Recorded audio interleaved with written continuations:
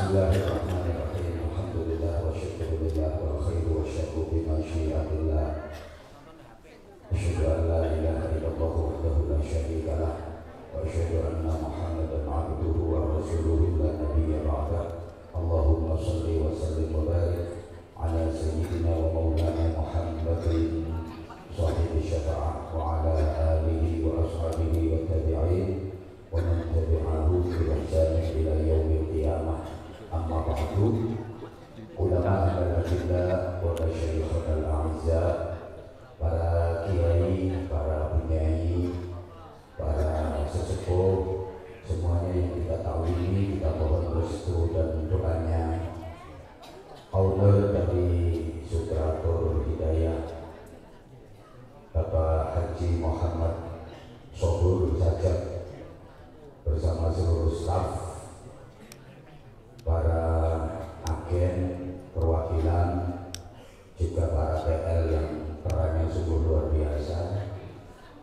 Semuanya yang kita hormati, para tokoh yang mohon maaf tidak bisa saya sebut nama dan gelar dengan lengkap, karena menurut saya yang berada di Haramain, Makkah dan Madinah ini semua kedudukannya sama, semua derajatnya sama. Jadi yang hadir di sini pun semuanya penting. Pak Subur sebagai direktur utama atau owner pemilik travel ini penting. Beliau yang menjembatani dan memfasilitasi kita untuk menjalankan ibadah umroh. Karyawan-karyawannya Pak Subur penting, karena sehebat-hebatnya Pak Haji Subur kalau nggak dibantu sama karyawan-karyawannya remah. Gini Bapak.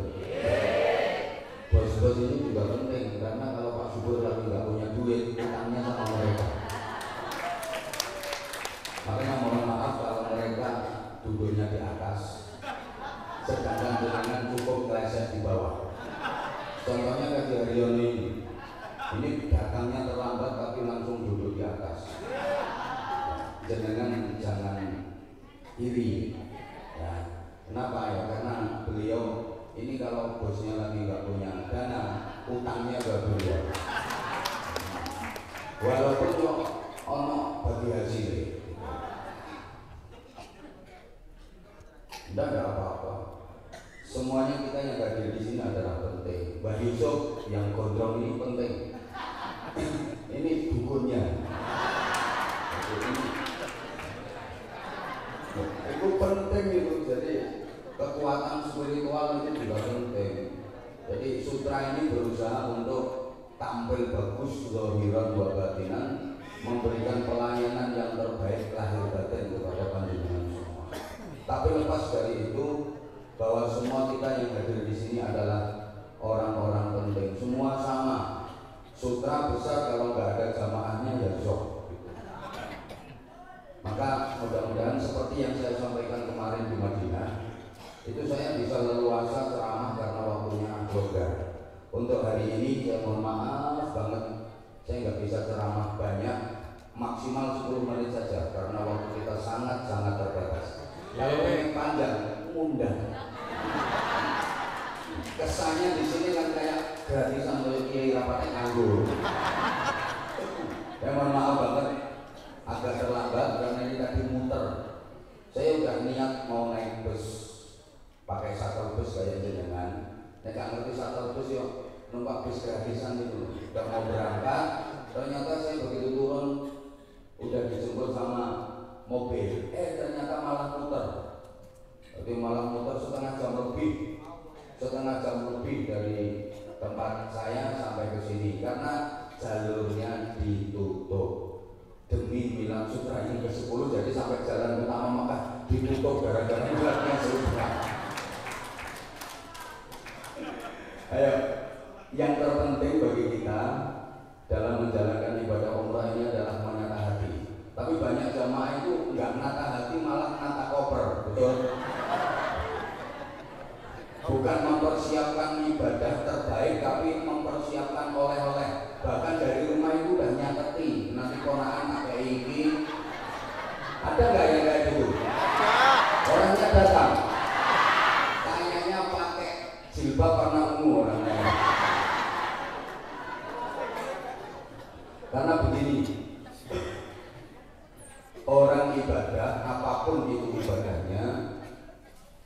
Itu kalau menurut Sayyidina Abu Bakar Siddiq radhiyallahu taala anhu, itu grade-nya ada 3. Nggak tahu grade-nya ya. Level orang beribadah itu ada 3. Ya, singkat-singkat saja. 1, orang ibadah karena dia takut masuk neraka. Yang kedua, ada orang ibadah karena dia berharap masuk surga. Yang ketiga, ini yang levelnya tertinggi, ibadah yang paling keren. Dia nggak takut disiksa di neraka, dia nggak berharap mendapatkan nikmat surga, tapi ibadahnya dilakukan benar-benar atas dasar cinta. Mudah-mudahan semuanya yang menjadi jamaahnya Sutra, ibadahnya udah bisa sampai pada level karena cinta, semata-mata berharap ridha Allah Subhanahu wa Ta'ala. Kalau sudah bisa sampai level cinta, biaya mahal gak masalah.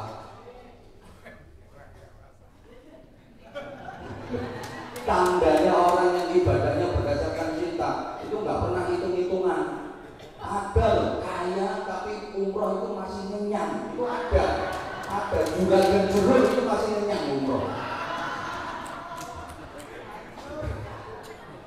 Ini ya, yang pertama, ada orang ibadah, dia mau sholat, dia mau puasa, dia mau haji, dia mau zakat, dia mau melaksanakan umroh. Kenapa? Karena dia takut disiksa di neraka. Karena dia kalau nggak sholat, dia takut dihukum di neraka. Ini gambarannya seperti ada karyawannya Sutratur, dia mau melaksanakan tugas-tugasnya karena takut dimarahi atau takut dipecat sama bosnya. Karena udah banyak yang kena pecat. Ini gambarannya orang yang mau menjalankan ibadah karena takut dihukum di neraka. Contohnya kayak tadi TL-nya Sutra yang pakai rompi-rompi itu loh. Kalau nggak tahu atau kayak dia mau membantu jamaah, melayani jamaah, mengantar jamaah. Ini tendensinya karena apa? Karena dia takut kena hukuman, karena dia takut kena pecat, karena dia takut kena marah, karena dia takut kena sanksi. Atau taruhlah misalnya ada pembantu karyawan, pembantunya Pak Bos, dia mau bekerja melaksanakan tugasnya karena takut dipecat, takut dihukum dan sebagainya. Bisa dipahami? Anak buah mau melaksanakan tugas-tugasnya karena dia tahu kalau tidak melaksanakan tugas dia akan kena hukuman. Atau maaf, ada ustaz mau ceramah karena dia tahu kalau nggak mau ceramah dia nggak dapat duit. Contoh itu contoh. Nah, ini misalnya Allah nggak menciptakan neraka, dia nggak bakalan mau ibadah. Andaikan Allah tidak menciptakan neraka, dia nggak bakal sholat, dia nggak bakal puasa Ramadan, dia nggak mau zakat. Andaikan nggak ada hukuman neraka, kayak anak sekolah, dia rajin sekolahnya, ujian dikerjakan, dia mau garap, ya karena dia takut nggak naik kelas, karena dia takut nanti dihukum sama gurunya. Udah, sekarang yang kedua, orang ibadah, dia mau menjalankan ibadah, semua ibadah dikerjakan. Kenapa? Karena dia berharap balasan, karena dia ingin bisa masuk surga. Ini yang kayak karyawan mau bekerja dasarnya hanya karena pengen dapat gaji. Ada ustaz mau ceramah, isi pengajian kemana-mana, ya. Karena apa? Karena dia ingin dapat bayaran. Maka saya sering sampaikan, ada ustaz, kiai diundang ceramah, mau ngisi ceramah kemana-mana, ngaji kemana-mana, kalau tujuannya pengen dapat bayaran, itu dosa besar. Tapi lebih dosa lagi kalau ada orang undang kiai nggak dikasih bayaran. Kalau satu tangan nggak lucu. Ono kiai belum diundang ceramah, suruh ngisi kayak gini, tapi tujuannya karena dibayar. Tujuannya karena bayar, itu juga besar. Saya misalnya mau ngisi ceramah di sini karena saya berharap bayaran dari Pak Subur, saya dosa besar. Lebih dosa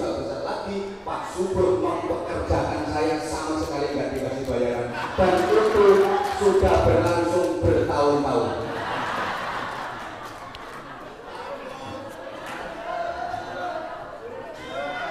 Saksinya banyak. Padahal sutra ini mulai dilundung sampai sekarang sebesar ini. Bagaimanapun peran Anwar Zahid luar biasa di dalamnya. Tapi kalau hitung-hitungan prosentasi masih di jauh. Ini saja saya diutang terus. Terus gak bayar. Ini yang kedua. Jadi orang mau ibadah dasarnya karena pengen dapat upah, karena pengen dapat pahala. Maaf, ada istri mau masak, kora-kora, nyapu, mau nyuci baju suami, karena tujuannya pengen dikasih uang belanja lebih. Kira-kira ada nggak ya? Ini mesti nggak beres. Badannya mesti nggak beres. Jadi dia mau gelem masak, gelem nyapu, gelem ngeramet omah, karena tujuannya pengen dikasih uang belanja banyak. Halo yang perempuan-perempuan, mohon maaf, ini banyak terjadi di masyarakat kita. Istri itu kalau uang belanjanya telat, bukan cuma cemberut ngamuk-ngamuk. Kalau dikasih uang belanja lebih, nek tiga akan guyang-guyu. Wonten napa mboten? Wong itu apa? Kalau ngangsal sutra wong ini namanya itu banyak terjadi. Mohon maaf banget. Jadi nek tiga ibu akeh dikasih belanja akeh, sowan semangat tapi belanjane didik ngamukan. Ngapunten itu tidak boleh Bu ya. Ibu, tolong yang ikhlas dalam melayani suami ini. Kalau diturusin gawat, ini bahaya nanti. Misalnya suami lagi ngamuk, halo, mau pakai baju ternyata bajunya kotor, suaminya bilang, "Mah, klambi kotor kejumbal." Atau kalau nggak gitu misalnya mau ganti baju yang dari lemari diambil, "Mbah klambi gak resik, kotor kabeh jane." Lah istri jawabnya enteng aja. Kamu belanja niku nang 2 juta. Ayo kene sing 2 juta tak tukane deterjen, tak resiki sak untung-untungmu.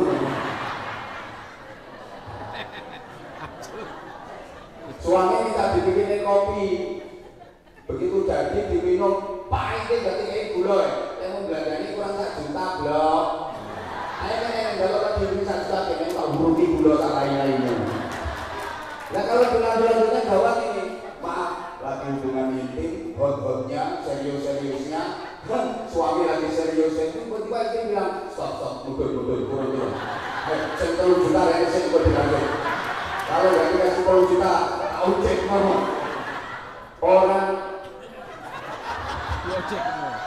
Orang melaksanakan ibadah dasarnya hanya berharap pahala. Maka ini tidak benar. Yang pertama tadi karena takut disiksa. Yang kedua ini karena berharap masuk surga. Jadi misalnya nggak ada janji surga, dia nggak mau ibadah. Andai kan Allah tidak menciptakan surga dengan kenikmatan-kenikmatannya, dia nggak bakal mau melaksanakan ibadah. Jadi kalau misalnya ditanya, kenapa kamu pergi haji? Mahal-mahal kamu kok mau? Kenapa kamu umrah? Ya karena saya ingin masuk surga. Haji yang mabrur, umrah yang makbulah, jaminannya kan surga. Maka saya menjalankan ibadah umrah karena saya ingin masuk surga. Nggak salah sih, nggak jelek, tapi ini masih kelasnya anak-anak. Kalau jamaahnya sutra harus pada level yang ketiga. Melaksanakan ibadah itu bukan karena takut neraka, bukan karena berharap surga, tapi benar-benar dasarnya adalah cinta. Ada neraka, nggak ada neraka, tetap ibadah.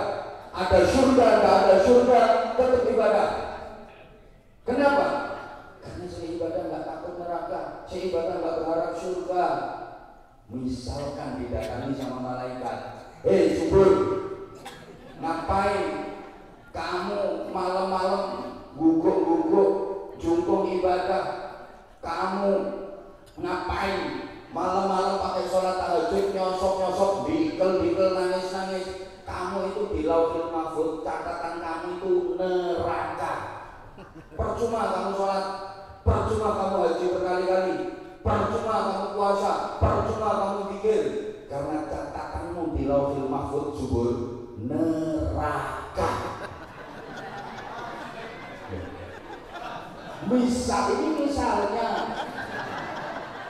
Misalnya dibilangi gitu sama malaikat, subur menjawab, biarin malaikat.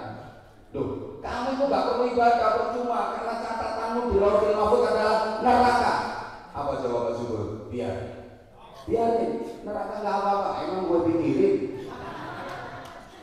gue pikirin. Aku sholat, aku puasa, aku bikin travel ini. Tujuanku hanya ingin mengabdi kepada Allah. Ini yang bisa aku lakukan. Aku sama sekali gak takut dimasukkan neraka dan aku gak berharap dimasukkan surga. Aku rela masuk neraka asal Allah ridho sama aku. Daripada aku masuk surga Allah benci sama aku, mendingan aku di neraka tapi Allah ridho. Ini Pak Subur.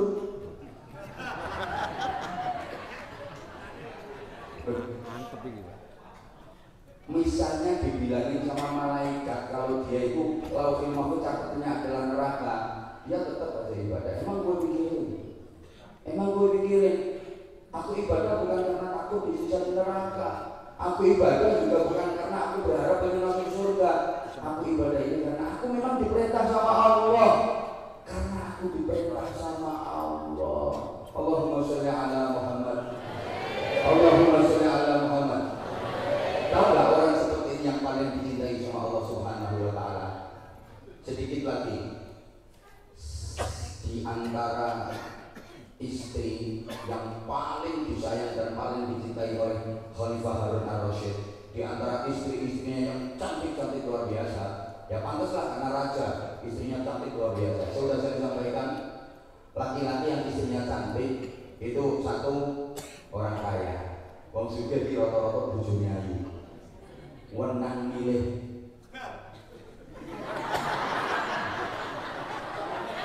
Ayo coba perhatikan rata-rata orang kaya yang istrinya cantik. Kenapa?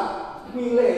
Yang kedua, maaf ya, benar, perempuan meskipun tadinya nggak cantik, begitu dinikah sama orang kaya, mending ke rumah. Wong wedok iki meskipun dasare ora ayu, terus dirabi wong sugih, malah ayu. Wong duwe dadekno ayu. Awalnya biasa, begitu dinikah sama orang kaya, sikil-sikilannya udah api, pundak-pundakannya udah api, pantes ngono. Ana wong wedok perawane wayu, terus dirabi wong larat, gak sampai setahun jeber kabeh. Rusak, kakean dikongkon melakukan deker. Makanya saya katakan menurut ini ya, wong sing bojone ayu satu orang kaya, dua pejabat. Pejabat itu rata-rata bojone pantes dijak foto, dijak selfie pantes. Nomor 3 kiai.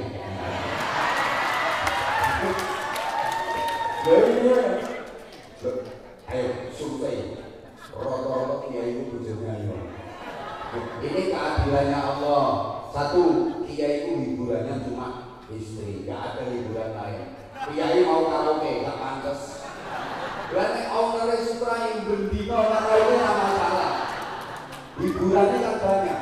Dia bisa ke pantai, dia bisa karaoke, dia bisa apa hiburannya apa. Berarti kiai kan hiburannya cuma pujuk.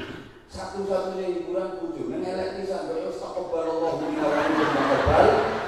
Dia tahu. Makanya Allah itu adil.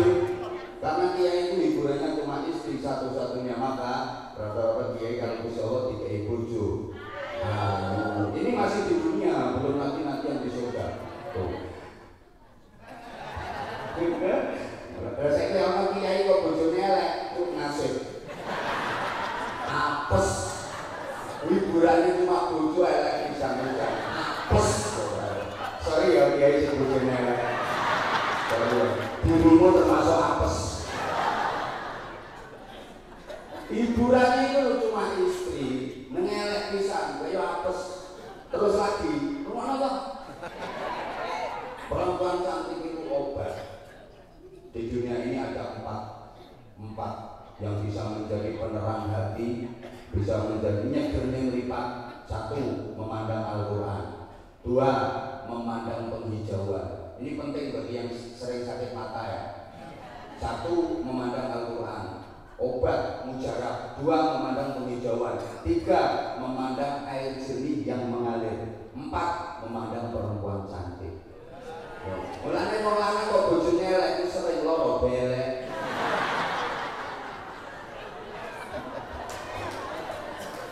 Ya aku aman gak loro belek bojoku ayu.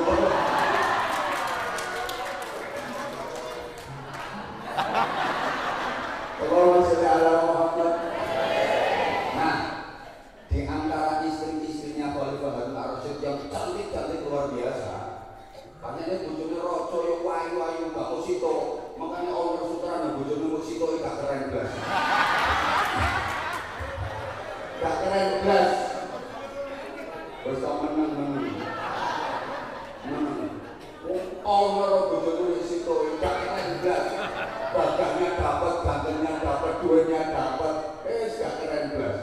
Khalifah Harun Ar-Rasyid, rumah lo, istrinya 4, cantik-cantik semua. Tapi yang paling disayang sama Khalifah Harun Ar-Rasyid, ini istrinya yang besok wajahnya paling jelek, ireng bisa. Kok Allah ya kalian berbilang gitu? Ya maksudnya dibanding yang lain, ini dia paling jelek. Tapi kalau dibanding ini oh sayu. Ini yang paling disayang malah yang deso yang jelek. Ini semua anggota kerajaan itu heran. Ini raja aneh ini Khalifah Harun Ar-Rasyid. Istrinya yang lain cantik-cantik, tapi kenapa yang paling disayang, yang paling diperhatikan, paling dicintai justru istrinya yang paling jelek? Khalifah Harun Ar-Rasyid diprotes. Dia nggak jawab. Kalau kamu ingin tahu jawabannya, kenapa aku paling sayang sama istriku yang kamu anggap jelek? Oke, besok semuanya kumpul di balai istana. Setelah seluruh anggota kerajaan itu kumpul, Harun Ar-Rasyid memanggil istri-istrinya. Istri-istriku semuanya menghadap. Alah itu sampean. Istri-istriku semuanya menghadap. Kemudian Harun Ar-Rasyid berkata kepada istri-istrinya, wahai istri-istriku, ini ya, aku pegang, ya ada berdiri kunci.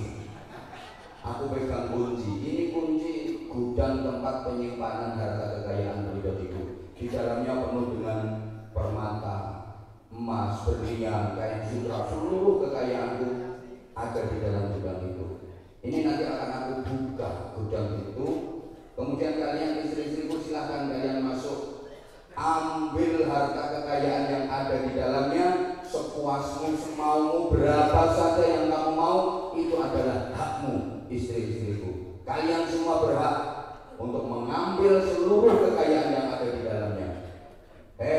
Bangkitlah Khalifah Harun Ar-Rasyid, dibuka itu pintu gudang. Setelah pintunya terbuka, bisa dibayangkan istri-istrinya berlarian masuk ke dalam gudang, mengambil kekayaan yang ada di dalamnya. Ada perhiasan emas, permata, berlian, kain sutra, macam-macam. Ya wajar memang perempuan itu kalau dengan yang gitu-gitu kan matanya hijau.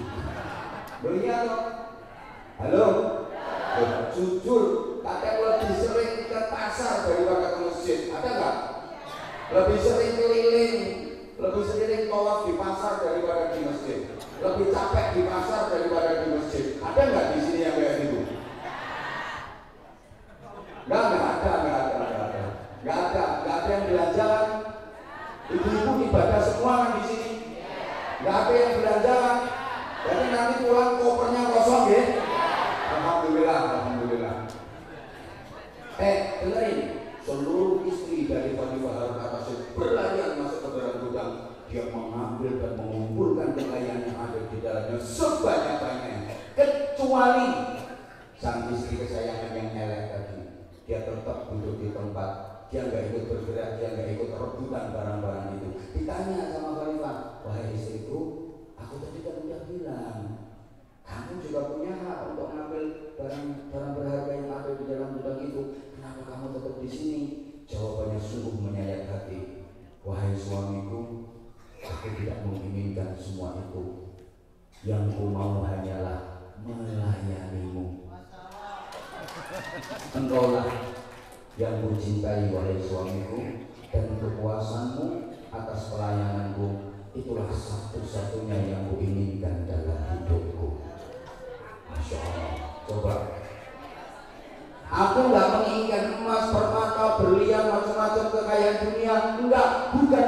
kepuasanku, bukan itu yang aku harapkan, bukan itu keinginanku. Yang ku mau hanyalah melayanimu dengan sebaik-baiknya. Engkaulah yang ku cintai, dan kepuasanmu atas pelayananku itulah satu-satunya yang ku inginkan dalam hidupku. Subhanallah. Coba ibu sekali-kali ngomong gitu dong sama suami. Pak, aku gak pengen kalung, gak pengen gelang, aku gak pengen duit, gak pengen cincin, aku gak pengen nama HP, aku gak pengen mobil, enggak. Yang ku mau hanyalah melayanimu suamiku. Engkaulah yang ku cintai, dan kepuasanmu atas pelayananku itulah satu-satunya yang ku inginkan dalam hidupku. Itulah yang membahagiakan aku. Ada nggak kira-kira perempuan yang kayak gitu? Ada nggak kira-kira yang kayak gitu? Mas, aku mau duit, aku mau pelangi, aku mau kalung, aku gak pengen ngomong-ngomong, yang penting sampai bahagia aku sama Mas. Ada nggak yang kayak gitu?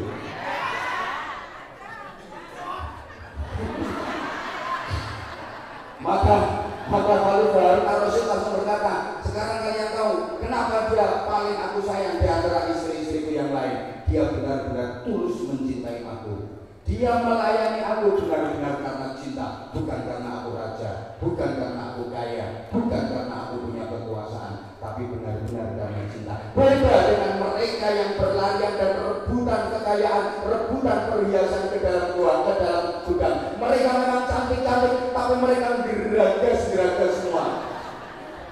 Mereka cantik, tapi mereka celutak semua. Mereka mau menikah dengan aku karena apa? Karena aku kaya, karena aku banyak duit, sehingga dia mau menjadi istriku. Yang ini enggak, ini karena memang betul-betul tulus mencintai aku. Coba bayangkan, misalnya ini kita hubungkan sama Allah. Ya Allah, aku tidak menginginkan harta kekayaan, aku tidak menginginkan tanah yang luas, yang ratusan hektar di Kalimantan. Enggak ya Allah, enggak. Aku tidak menginginkan armada yang banyak, enggak sama sekali enggak. Aku tidak menginginkan tabungan yang bermiliar-miliar kayak orang itu, sama sekali enggak. Aku tidak menginginkan duit yang triliunan, enggak sama sekali. Itu bukan keinginanku ya Allah. Yang ku mau hanyalah mengabdi padamu, yang ku mau hanyalah melayanimu, dan kepuasanmu atas pengabdianku, keridhoanmu atas ibadahku. Itulah satu-satunya yang ku inginkan dalam hidupku. Ayo coba, sesuai kawan itu kok tangan. Ayo coba, misalnya kita dalam semua ibadah kita harus seperti itu. Ya Allah, aku tidak menginginkan harta kekayaan, aku tidak menginginkan kemewahan dunia sama sekali enggak.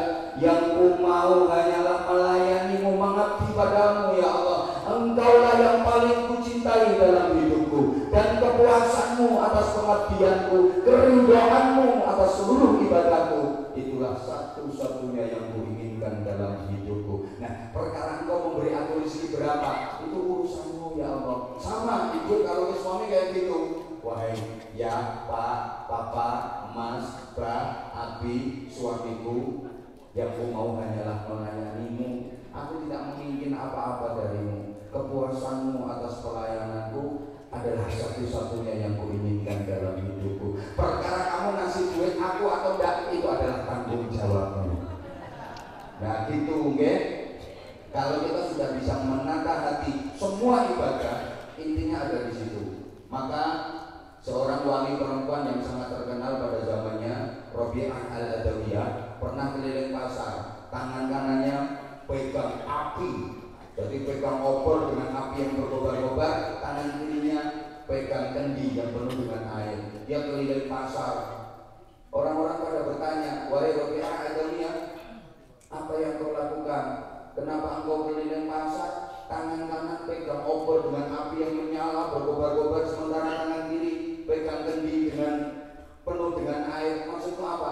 Dia menjawab, dengan obor di tangan kananku, apinya berkobar-kobar ini, aku akan membakar surga agar surga itu apa namanya?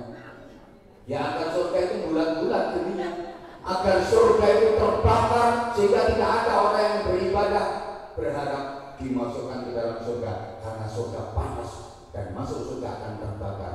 Dengan air yang ada di tangan kiriku, aku akan menyiram neraka agar neraka padam apinya, sehingga tidak ada lagi orang yang beribadah karena takut disiksa di neraka. Masya Allah. Sehingga dalam satu munajat cinta yang sangat indah, Rabi'ah al-Adawiyah menyatakan, ya Allah, kalau aku beribadah kepadamu karena berharap surgamu, jauhkan aku dari surga sejauh-jauhnya. Ya Allah, kalau aku beribadah kepadamu karena aku takut nerakamu, benamkan aku ke jurang neraka yang paling dalam, siksa aku dengan siksaan neraka yang paling pedih. Tapi kalau aku beribadah kepadamu semata-mata hanya berharap cintamu, ya Allah, karuniakan kasih sayangmu kepadaku, berikan ridhomu kepadaku. Mudah-mudahan seluruh jamaah sutra ini benar-benar bisa menata hati, karena ingat, wa atimul hajja wal umrata lillah, sempurnakanlah haji dan umroh hanya semata-mata karena Allah. Gak boleh ya kok umroh biar dipanggil Umi. Kan kalau udah umroh nanti aku dipanggil Umi, akhirnya saya besok gak boleh nyuruh Umi, soalnya Umi. Biar aku dipanggil Abah, akhirnya gak boleh nyuruh Abah malah abur kabeh. Harus benar-benar bilang maaf, gak boleh haji umroh biar dihormati orang. Nah, sama kalau pengen dihormati orang, gak perlu haji, gak perlu umroh, gampang. Nanti bawa bendera kalau dihormati orang. Biar disegani orang, lah pengen disegani orang ya jadi sayur, jadi jangan, kalau tidak sego. Biar diajeni sama orang, tunggu sebentar lagi kalau sudah inna lillahi wa inna ilaihi raji'un. Wong sak kampung ngajeni sampeyan kabeh. Harus benar-benar lillahi. Maka bekalnya bukan apa-apa, tapi wa tazawwadu fa inna khairaz zadi taqwa. Bekalnya hanya ketakwaan, dan nilai manusia itu dari ketakwaannya. Allah menilai manusia dari ketakwaannya. Yang makin bertakwa makin tinggi derajatnya. Mohon maaf, bukan karena dia honor, dia paling mulia. Enggak, dipikir kalau honor terus mulia. Maka memberikan gambaran kepada kita, walaupun bos dengan yang jamaah biasa sama kedudukannya, bojone omel. Ini kemarin mau masuk ke restoran Nusantara, nggak bawa barcode, balik. Dia ngomong, saya istrinya bos. Katanya apa? Maafi bos, yang penting barcode. Ini saksinya. Dikira kalau istrinya bosnya Sutra terus bebas di Mekah. Saya istrinya bos, mau masuk sini bebas. Enggak. Maka memberikan pelajaran kepada kita bahwa derajat manusia di sisi Allah semuanya sama. Mentang-mentang yang ada di atas ini duitnya banyak, terus dia bebas tawaf di sekeliling Ka'bah, bebas, ya sama, tetap desek-desekan. Wes gak apa bedane sing duitnya akeh karo sing ora pate gak duit apa soalnya. Sama. Memang bisa kamu beli. Ayo sing sugih-sugih, duitmu banyak terus kamu bebas masuk ke dalam Ka'bah. Enak banget. Ya enggak, tawaf yo padha wil-wilan. Ini masa terus ini duitnya pakai kemarin ketemu secara wong ngirim kedua sama. Dan ini kan memberikan pelajaran yang sangat berharga buat kita. Makkah, Madinah memberikan pelajaran yang sangat berharga buat kita. Kiai kalau gak kiai kalau bedani podo wae. Dipikir terus, wah aku Syekhul Kabir, kiai besar ini. Ya ini ngomai kiai besar, ini podo di hadapan Allah semua sama. Podo gak bedani. Ojo njaluk dimulya-mulyano. Biasanya sih njaluk dimulya-mulyano sing nanggung-nanggung. Asli sugih pemenangan. Saya itu udah maaf. Saya ini udah bergaul ya. Saya bergaul dengan wong sing paling larat ya udah. Dan bergaul dengan wong sing paling sugih ya udah. Jadi saya tahu karakter. Padha wae wong iki padha wae. Ini pelajaran yang sungguh sangat berharga dari Allah Subhanahu wa taala, bahwa derajat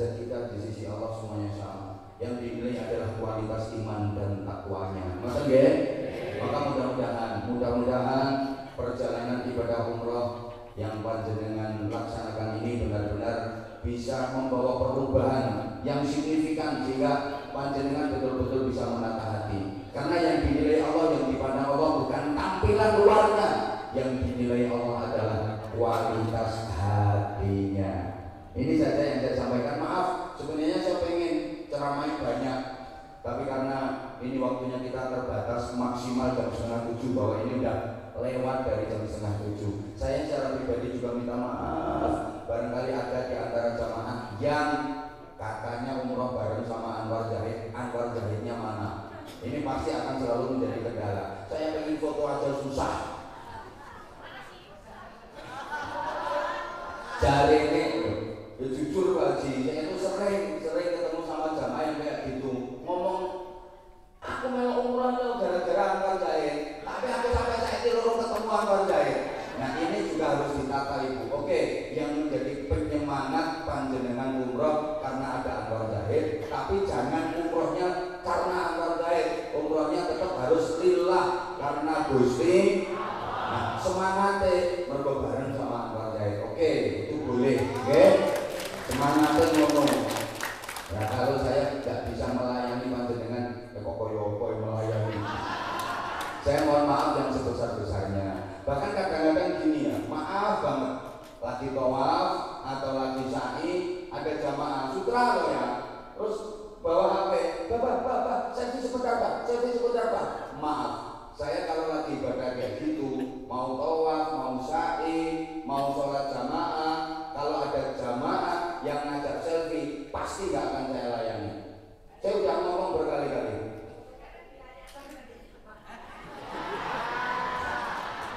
Pak Kirian kok perlu ngomong dereng rampung. Karena saya menemui beberapa jamaah, sampai saya dibilangin sama ibu anak saya ini ngomong ini, bang, udah foto karo wong gelem. Aku langsung ngomong loh, tawaf sa'i aku tidak selfie. Atau kayak gini, kalau lagi di Nyun Sewu, cari di medsos, kalau ada satu saja fotonya Anwar Zahid yang selfie, foto sendiri saya, setorkan ke saya, tak kasih 10 juta. Seumur hidup saya nggak pernah selfie. Lah nek diajak karo wong yo kadang-kadang yo. Tapi nek aku selfie dhewe ndak, karena apa? Aku yakin aku ganteng, mulane aku mau selfie. Lo kemarin di Madinah kan udah saya sampaikan kok. Jamaah saya, wayai yang bareng dengan saya ya, wayai tawaf, wayai sa'i.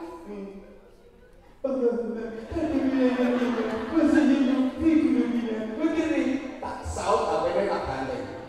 Makanya saya kalau bikin jamaah keliling saya, ya kadang di depan, kadang di belakang. Aku ngelirik, ya bukan berarti menghilangkan kekhusyuan. Saya kasihan sama jamaah seperti itu. Itu loh. Malah ini ada yang lagi viral. Ustaz bimbing jamaah, lagi sa'i. Mundur lagi. Ini kan Ustaz koplak ini. Padahal sa'i mundur itu nggak sah. Sa'i itu harus berjalan ke depan lurus, miringnya nggak sah.